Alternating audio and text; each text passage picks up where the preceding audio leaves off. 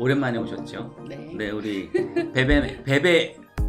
베린맘이라고 합니다. 우리는 베린맘. 네, 네, 인사 좀 해주십시오. 네. 베린맘 여러분들 안녕하십니까? 네, 강원 심층수 천년 동안 문건의 차장이라고 합니다. 네. 네. 오랜만이라고 굉장히 쑥스러워하시네요. 네, 몇 달 만이에요? 제가 언제 했나 보니까 작년 6월달에 했었더라고요. 거의 1년 다 돼가네요. 네. 와, 진짜 오랜만에 오셨네. 네. 안녕하세요. 인사들 해주고 계십니다. 반갑습니다. 여러분, 우리 차장님의 특징이 뭐냐면 MBTI가 끝에가 J가 아니에요. P, 완벽한 P. 그래서 매우 즉흥적이거든요. 하다가 여러분 채팅창에 뭐 열심히 해주시거나 눈에 띄면 아마 이분이 막 뭔가를 막 쏠 수 있어요. 우리가 정해놓은 룰대로 잘 안 해. 네, 그렇습니다. 네. 일단 오늘도 한번 열심히 달려가야죠. 네. 우리 이제 건강한 물 마시기니까 네. 사실 이 물이라는 것이 굉장히 중요하겠죠. 네. 네, 왜 중요한가요? 역할이 뭐가 있어요? 우리가 하는 역할이? 굳이 얘기를 안 하더라도 모든 사람들이 물이 중요한 거를 알고는 있는데 그 중요성을 알면서도 그 중요함을 생각하지 않고 아무 물이나 드시는 거를 보면 조금 속상하기도 하거든요. 근데 우리 몸이 보통 70% 이상이 물로 이루어져 있다라고 하잖아요. 네네네. 그 들어온 물들이 우리 먹은 음식물들을 분해를 한다거나 영양소를 흡수하고 영양소와 산소를 흡수해서 운반하는 중요한 역할도 하고 체온 조절도 하고 노폐물도 배설하고 여러 가지 중요한 역할들을 하는데 그 중요한 역할들을 하는 거를 정말 아무 생각 없이 그냥 맞아요. 안 좋은 물들을 먹으면 좀 속상하더라고요.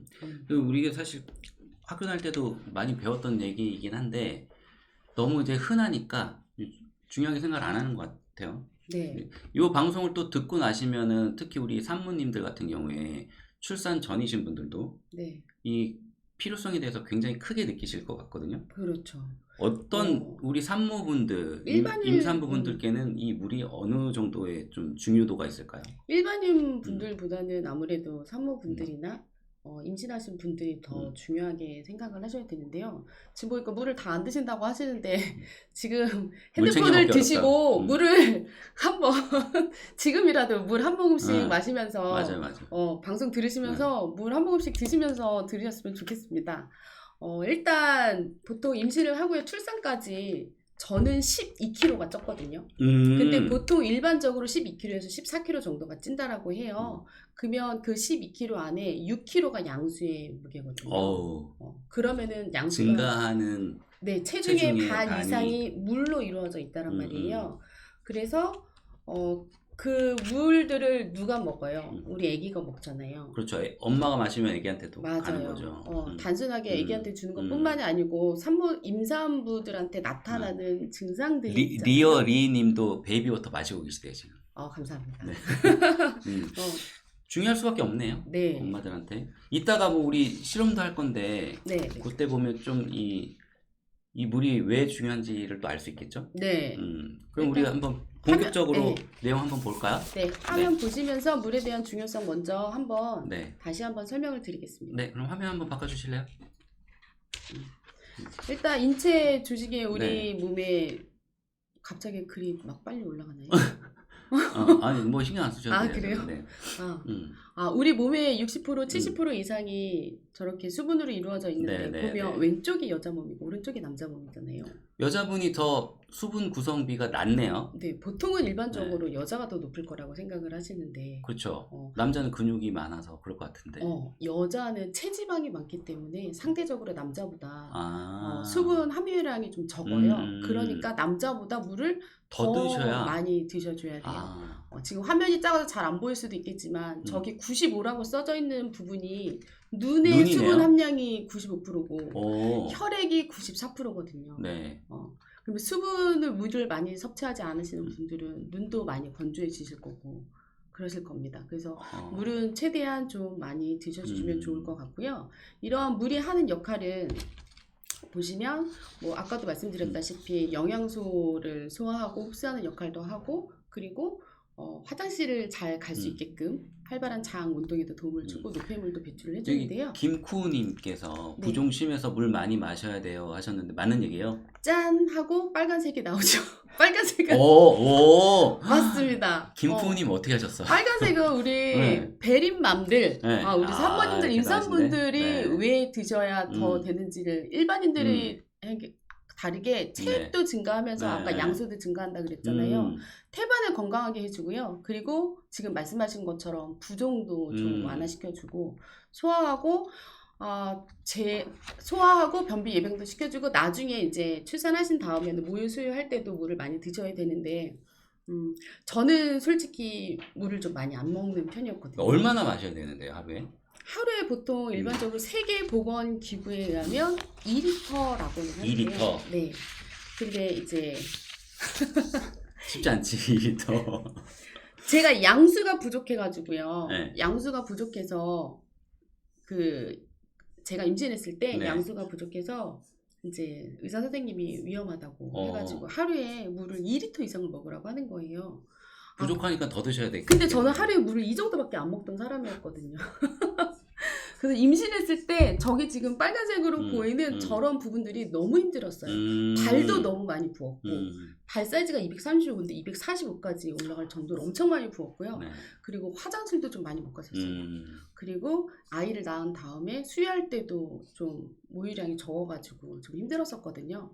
근데 이제 동생 같은 경우는 물을 좀 많이 먹는 편이라 그 아이는 아주 콸콸 넘치도록 모유수유를 콸콸이라는 표현은 좀 네 그렇게 얘기해요. 네. 산모들 사이에서는 네, 그렇게 네. 표현을 하기도 한답니다. 네, 여러분들 콸콸 나오셨으면 좋겠습니다.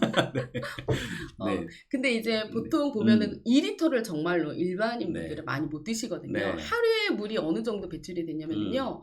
호흡, 피부, 제가 지금 얘기를 하면서도 지금 물이 계속 배출이 되고 있거든요. 그리고 소변과 대변을 통해서 잠깐만 여기 지금 브라이트 나옹님이 커피나 주스, 티, 국물 빼고 오직 생수만 2리터냐는 질문이신 것 같아요. 그거를 이제 지금 말씀을 드릴게요. 네. 이제 호흡과 피부, 소변, 대변 이런 것들을 통해서 2.5에서 2.7리터가 배출이 된다라고 해요. 근데 이제 아까 말씀하신 게 그 커피나 주스 이런 거를 말씀하시기도 했는데 그것뿐만이 아니라 우리가 여러 가지 차들도 마시지만 음식물을 섭취를 하면서 밥을 먹으면 밥이 몸 안에 들어와서 포도당으로 분해가 되고 그 아이가 또 분해되면 H2가 생기잖아요. 그렇죠. 그래서 다른 음식물을 통해서 섭취하는 물의 양이 한 1.4리터 정도 된다라고 합니다. 그러면 얼마 정도?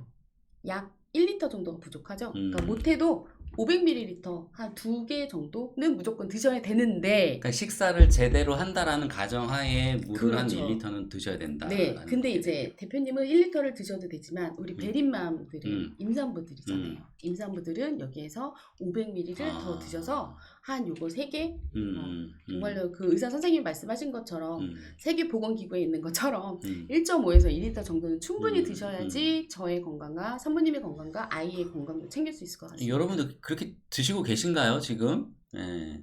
건강에 굉장히 중요한 요소 같은데 네. 커피는 안 드시지 않나요? 커피는 보통... 임신 중에는 아마 거의 안 드시겠죠? 네. 근데 뭐 차나 이런 걸 드시면 또 그게 이뇨작용한다는 얘기 있잖아요. 네. 그러면 또 물을 배출이 또 더 많이 될 거 아니에요? 보통 일반적으로 뭔가를 타서 마시는 거는 그냥 차로 한두 잔 정도지 물을 대신해서 마신다라는 것보다는 그냥 일반적으로 물은 전부 다 생수를 생각해서 드시면 좋을 것 같습니다. 그래서 2020년도 한국인 영양소 섭취 기준 표를 가지고 왔는데요. 네네. 다른 거는 다 빼고 우리 산모님들에게 해당되는 부분만 가지고 왔어요. 일반적으로는 그냥 1리터 정도만 아까 말씀드렸다시피 드시면 되는데 산모님들은 보면 임산부랑 수유부들은 이제 추가적으로 수분이 필요하잖아요. 그래서 한 1.5에서 2리터 정도는 꾸준히 드시는 게 좋을 것 같습니다. 이게 아예 이렇게 자료로도 나와 있군요. 네. 그렇구나. 그러면 어쨌든 뭐 우리가 생수도 있고 뭐 수돗물도 있고 뭐 물은 많이 있는데 우리 오늘 주제가 이제 건강한 물을 찾아서 마시자는 거잖아요. 네.